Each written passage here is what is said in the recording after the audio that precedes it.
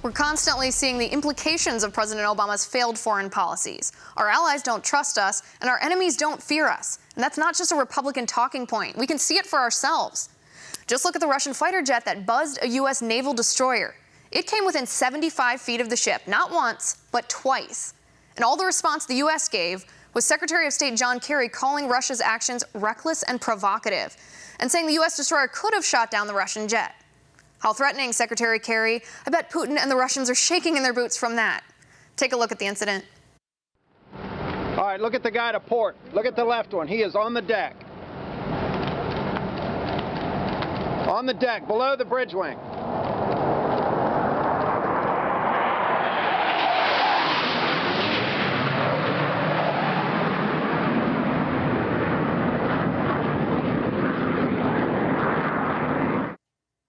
Joining me now is Government Affairs Specialist and Principal at Trilogy Advisors, John Sitilides. John, thanks for being here. Pleasure to be with you.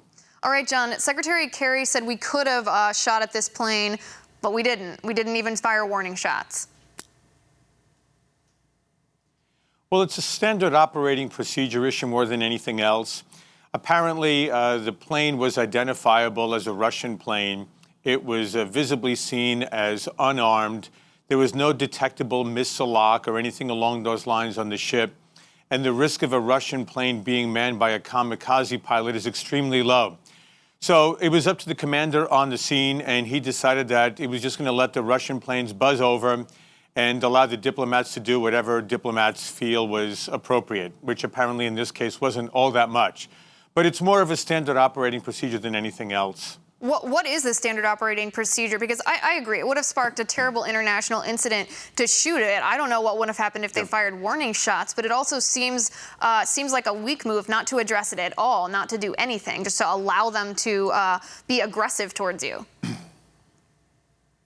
Well, one of the problems, Liz, is that this is almost a standard harassment issue now on the part of the Russians, and the Russian Air Force in particular, towards the U.S. Armed Forces. So we had another incident similar to this just several days ago. We've even had Russian bombers that have circled American military forces in the island of Guam in the middle of the Pacific Ocean. And what I'm seeing here, really more than anything else, is sort of a three-pronged strategy.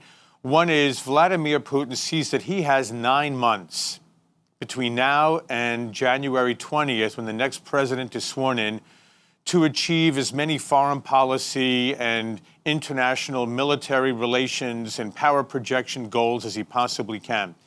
Secondly, it's to make very clear to the NATO alliance that the United States is not going to take critical steps to defend the alliance or its respective members.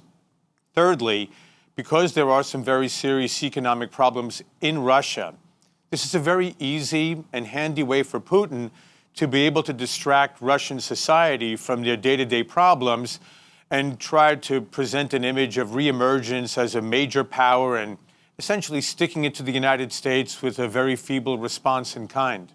Right, but do all these power moves, because what you said makes perfect sense. It's understandable that Putin would feel that he can do these things with no consequences, because our president has demonstrated that that is in fact true. Putin can do what he wants with no consequences. But is this just Putin asserting his power, or does this weakness on Obama's part, does that put American lives in danger, especially our military? I think it's a combination of both, Liz. First of all, if we're looking at what's happening in this particular part of Europe, right, the northeastern quadrant, you've got the Baltic countries of Estonia, Latvia, and Lithuania, and Poland, which is a major NATO ally. I mean, and they're all NATO allies, and so the U.S. is legally obligated to defend each of them in the event of some type of a military offensive by Russia. But historically, this has been seen by the Russians as part of their sphere of influence. They very much resent a sense of an American military presence, whether it's permanent basing, which it's not right now, but even a temporary stationing of forces, maybe 2,500 to 3,000, in what the Russians consider to be their sphere of influence. They resent it. They're sending a message to the United States that their forces will be harassed. And there's also, very interestingly, a little chunk of Russian sovereign territory sandwiched between Poland and the Baltic countries that's physically detached from Russia, but that is Russian sovereign territory. It's It's very heavily militarized, and it's another area from which Russia can project power and harass American military forces. So I think you're going to see a contest of wills, certainly between now and January. And Putin, I think, like most of the foreign leaders, really doesn't know what to make of the presidential campaign and who the next president might be.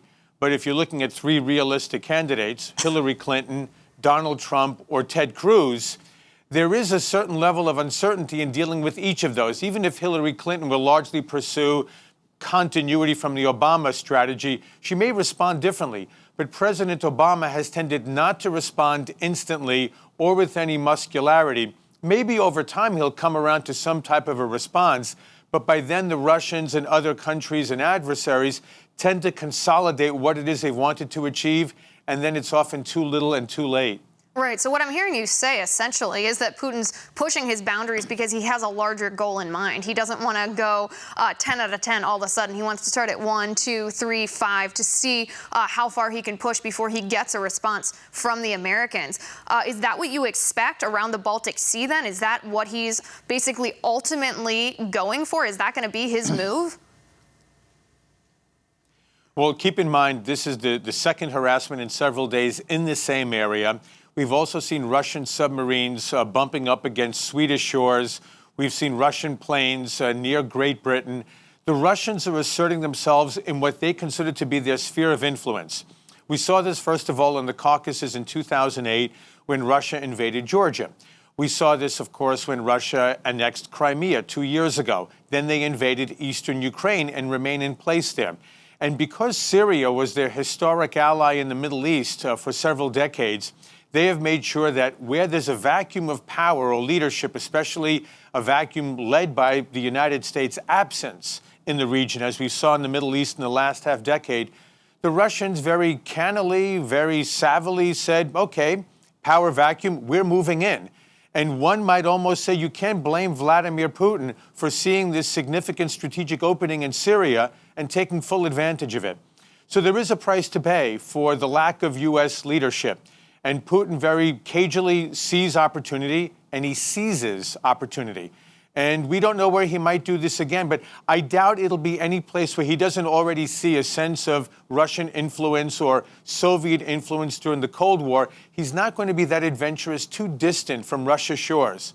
But where it's close to Russian territory and Russian sovereign interests, you can be sure Putin will push the envelope as hard as he feels he can get away with, again, especially during the next 9 months. Right, and I think that's probably the most critical point that you've made the whole segment, is that these 9 months that Putin's going to push his boundaries as far as he can because he knows that there's going to be no consequences from Obama, whether it has to do with this harassment of our ships in the sea or whether it has to do with his violations of the nuclear treaty, which are now becoming an issue, and we can talk about that issue another time, but he's just going to push it as far as he can go. John, that is all the time we have for tonight, but I appreciate you being on the show. After the break, students at Tulane University tore down a wall built by fraternity students. The wall had the words "Make America Great Again" written on it. Scott Greer is with me next.